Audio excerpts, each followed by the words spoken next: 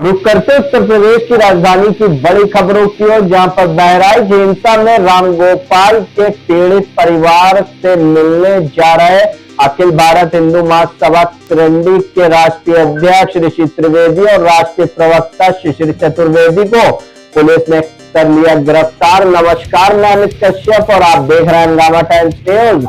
इस वक्त की जो बड़ी खबर सामने आ रही उत्तर प्रदेश की राजधानी से, जहां पर बहराइच हिंसा में रामगोपाल के पीड़ित परिवार से मिलने जा रहे अखिल भारत हिंदू महासभा त्रिवेदी के राष्ट्रीय अध्यक्ष ऋषि त्रिवेदी और राष्ट्रीय प्रवक्ता शिशिर चतुर्वेदी को पुलिस ने रास्ते में ही गिरफ्तार कर लिया। वहीं दोनों नेताओं के निकलने से पहले ही राष्ट्रीय अध्यक्ष ऋषि त्रिवेदी को कुर्सी रोड स्थित पार्टी मुख्यालय और प्रवक्ता शिशिर चतुर्वेदी को केशव बाग में उनके आवास पर हाउस अरेस्ट कर लिया गया है। वहीं मालूम आपको बता दें कि हिंदू महासभा के राष्ट्रीय अध्यक्ष ऋषि त्रिवेदी ने दुर्गा प्रतिमा विसर्जन यात्रा के दौरान मारे गए रामगोपाल पीड़ित परिवार को प्रदेश सरकार से 10 लाख का मुआवजा दिलाने की बात कही थी और तय कार्यक्रम के अनुसार आज सुबह दोनों दिग्गज नेता अपने आवास से जैसे ही निकले वैसे ही उनको अरेस्ट कर लिया गया है।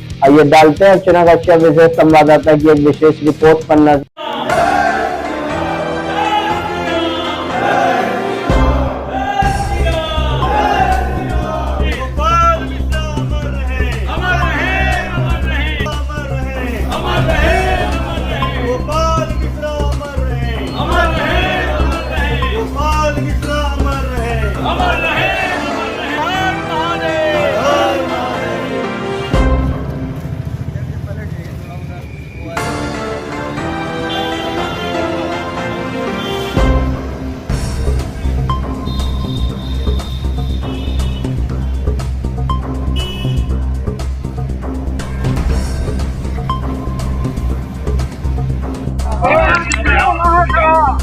नमस्कार, मैं अर्चना और आप देख रहे हैं हंगामा टाइम्स। हंगामा टाइम्स जिस तरह से अखिल भारत हिंदू महासभा जुड़ी हुई खबरें आपको दिखाता है। आज सुबह ऋषि त्रिवेदी जी अखिल भारत हिंदू महासभा त्रिवेदी के राष्ट्रीय अध्यक्ष है, उनको हाउस अरेस्ट किया गया। बहराइच में जो मामला आया सामने 13 तारीख को, जिस तरह से जो हिंसा भरा एक जो वारदात हुई, जिसको लेकर के पूरे देश में एक अलग सा आक्रोश है, जिसको लेकर के अध्यक्ष ऋषि त्रिवेदी जी उनके परिवार से मिलने जा रहे थे। वहीं सुबह 9:30 बजे उनको हाउस अरेस्ट कर लिया गया। तो उनसे बात करेंगे कि पूरा मामला क्या था। सर, आपका बहुत बहुत स्वागत। धन्यवाद। तो सर, क्या मामला था पूरा?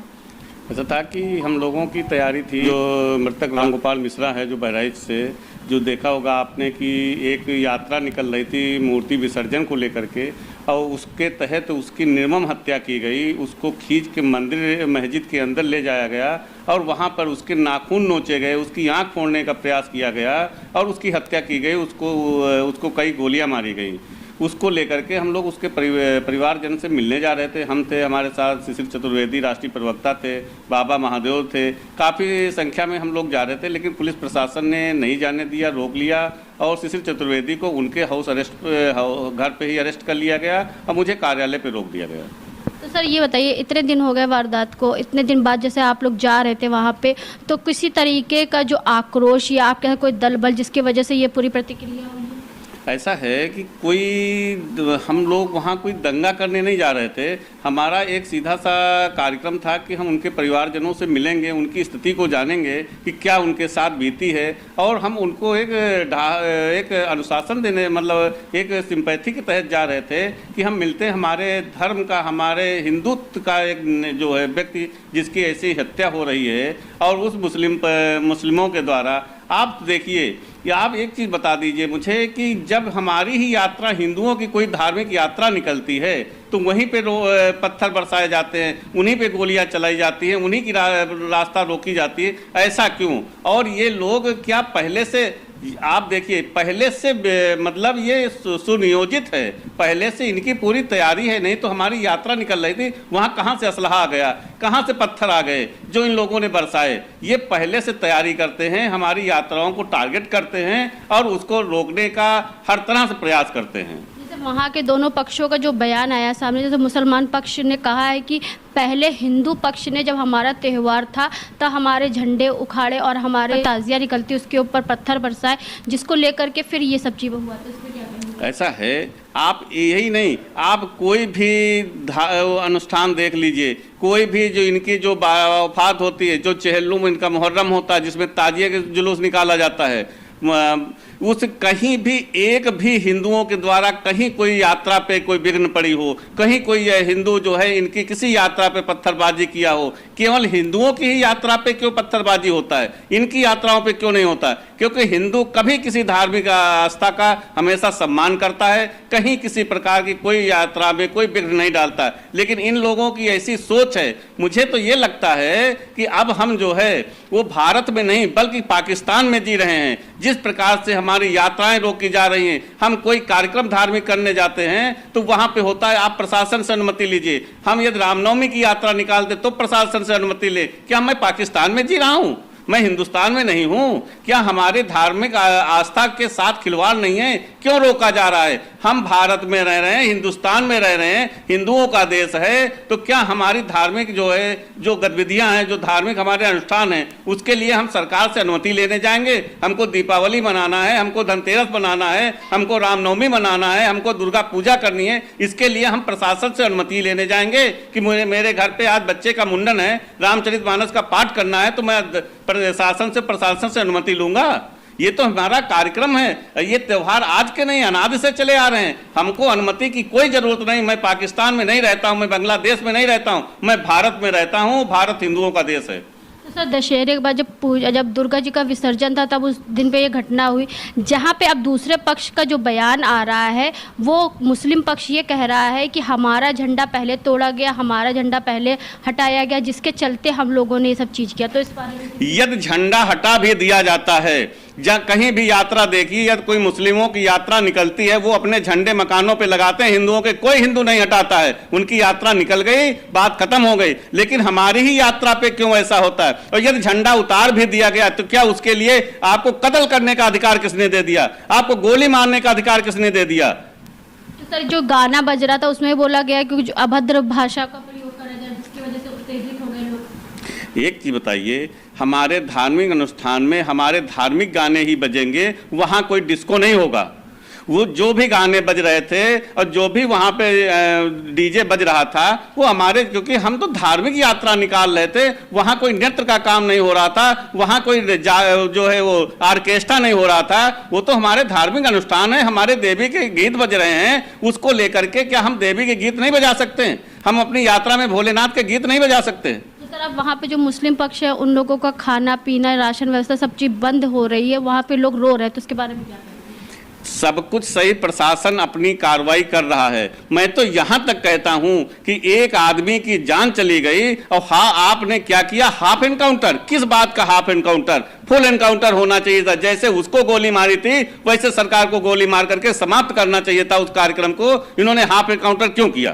सर, ये पुलिस जो है प्रशासन के तहत में जब वहाँ पे जब निकल रहा था जुलूस, वहाँ पुलिस प्रशासन मौजूद था, उसकी मौजूदगी में ये सब चीज़ हुआ, तो उसके बारे में क्या कहेंगे? बिल्कुल सही बात है आपकी। पुलिस प्रशासन चाहता तो इतनी बड़ी घटना ही नहीं होती। पुलिस प्रशासन के सामने उसको खींच करके मस्जिद के अंदर ले गए। क्या पुलिस प्रशासन उनको नहीं छुड़ा सकती थी? उसकी बॉडी लाने का काम किया, लेकिन उसको छुड़ाने का काम क्यों नहीं किया? पुलिस प्रशासन को चाहिए था कि उसको जो है छुड़ाते और उसको बचाने का काम करते। पुलिस केवल मौन दर्शक रही, पुलिस ने कोई कठोर कार्रवाई नहीं की वहां पे। सर, वीडियो हम लोग ने भी देखा है कि जुलूस निकल रहा था, गाने बज रहे थे, भगवा लहराया जा रहा था। भगवा जब लहराया गया तो उनके झंडे पे भगवा टच हुआ, जिसको चलते उन लोगों ने झंडा खींचा और झंडा उठा के नीचे फेंक दिया, जिससे चलते वो लड़का छत पे चढ़ करके झंडे को तोड़ के नीचे गिरा दिया।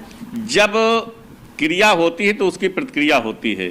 जब उन्होंने कुछ किया उसी की प्रतिक्रिया ये हुई। इसके अलावा आप यही नहीं, आप कोई भी कोई यात्रा देख लीजिए, हर जगह हिंदुओं की यात्रा पे पत्थरबाजी, हर जगह हिंदुओं की यात्रा को रोकना, हर जगह हिंदुओं को ही टारगेट करना, ये सबसे बड़ी कमी है। क्या वो कहते हैं गंगा जमनी, यही गंगा जमनी है, यही भाईचारा है कि आप हमको चारा बनाते चले जाएं, हम भाई का रिश्ता निभाते चले जाएं, यही भाईचारा है। ये भाईचारा था, वो कहीं टच में हो गया झंडा तो उससे क्या बिगड़ गया था? मेरी यात्रा निकल जाती 10 मिनट के अंदर, बात खत्म हो जाती। लेकिन आपने उस यात्रा को रोकने का, उसको हर तरह से नष्ट करने का काम किया है।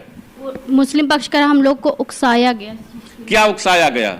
क्या उकसाना क्या होता है। यदि मेरी यात्रा निकल रही है, आप अपने हमारी यात्रा में नहीं शामिल हो सकते, आप अपने घर के अंदर रहते, उकसाने की जरूरत ही क्या थी। मैं क्यों उनको उकसाया जाएगा भाई, हम तो अपनी यात्रा निकाल लें, हम अपना नाचते गाते अपनी यात्रा को लेकर के, अपनी मूर्तियों को लेकर के विसर्जन करने जा रहे हैं। हम वहां गोली चलाने जा रहे थे, यदि गोली चलाने जाते तो हमारे भी कार्यकर्ताओं के हाथ में गोलियां होती, हमारे भी हिंदू के हाथ में तलवारें होती, लेकिन ऐसा कुछ भी नहीं था। उनके पास कहां से बंदूक आई, कहां से असला आया, कहां से रोड़े पत्थे आए, यदि उन्होंने पहले से सुनियोजित करके और उन्होंने इकट्ठा और इतना मटेरियल इकट्ठा न किया होता तो एकदम से कहां से आ गया। तो आपको क्या लगता है कौन जिम्मेदार है?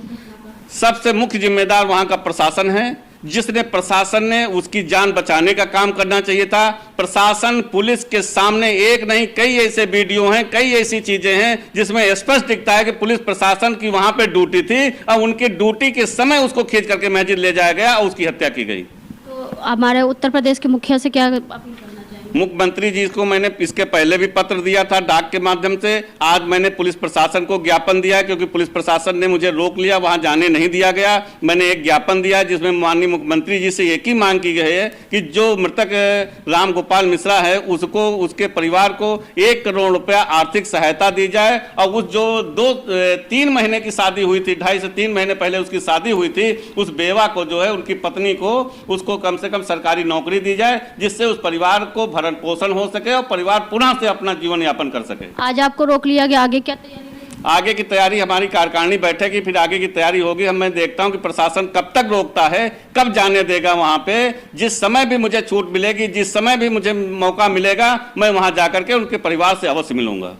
तो ये थे हमारे साथ में राष्ट्रीय अध्यक्ष ऋषि त्रिवेदी जी, अखिल भारत हिंदू महासभा तिरंडी से, जहां से बहराइच में राम गोपाल मिश्रा के साथ निर्मम हत्या करी गई, जिसे देख करके पूरा देश हिल गया। 13 तारीख जिस दिन दुर्गा जी का विसर्जन था, उस दिन ऐसे जो है हिंसा हुई, जिसको लेकर के पत्थरबाजी भी करी गई। साथ में जब वो झंडा लेकर के अब छत पे चढ़ा तो उसको वहां से खींच करके घर तक लाया गया। घर के अंदर उसकी इतनी बेदर्दी से हत्या करी गई, जिसको देख करके और सुन करके सभी हिंदुओं में एक अलग सा आक्रोश है। तो इसी आक्रोश के साथ में जो ऋषि त्रिवेदी जी भी जा रहे थे बहराइच, जहाँ पर पुलिस प्रशासन ने उनको आकर के हाउस अरेस्ट कर लिया, जिसके चलते वो वहाँ नहीं जा सके। तो आगे भी वो पूरा प्रयास करेंगे कि जो है पीड़ित के परिवार से वो मिल सके। तो ऐसे हम आपको दिखाते रहेंगे कि उत्तर प्रदेश की राजधानी लखनऊ में क्या खास हो रहा है। हंगामा टाइम्स की तमाम खबरों को देखने के लिए हंगामा टाइम्स को सब्सक्राइब कर लीजिए और बेल आइकन दबा लीजिए। अगर आपको ये वीडियो अच्छा लगा हो तो लाइक बटन प्रेस कर अपनी प्रतिक्रिया हमारे कमेंट बॉक्स में देना मत भूलें।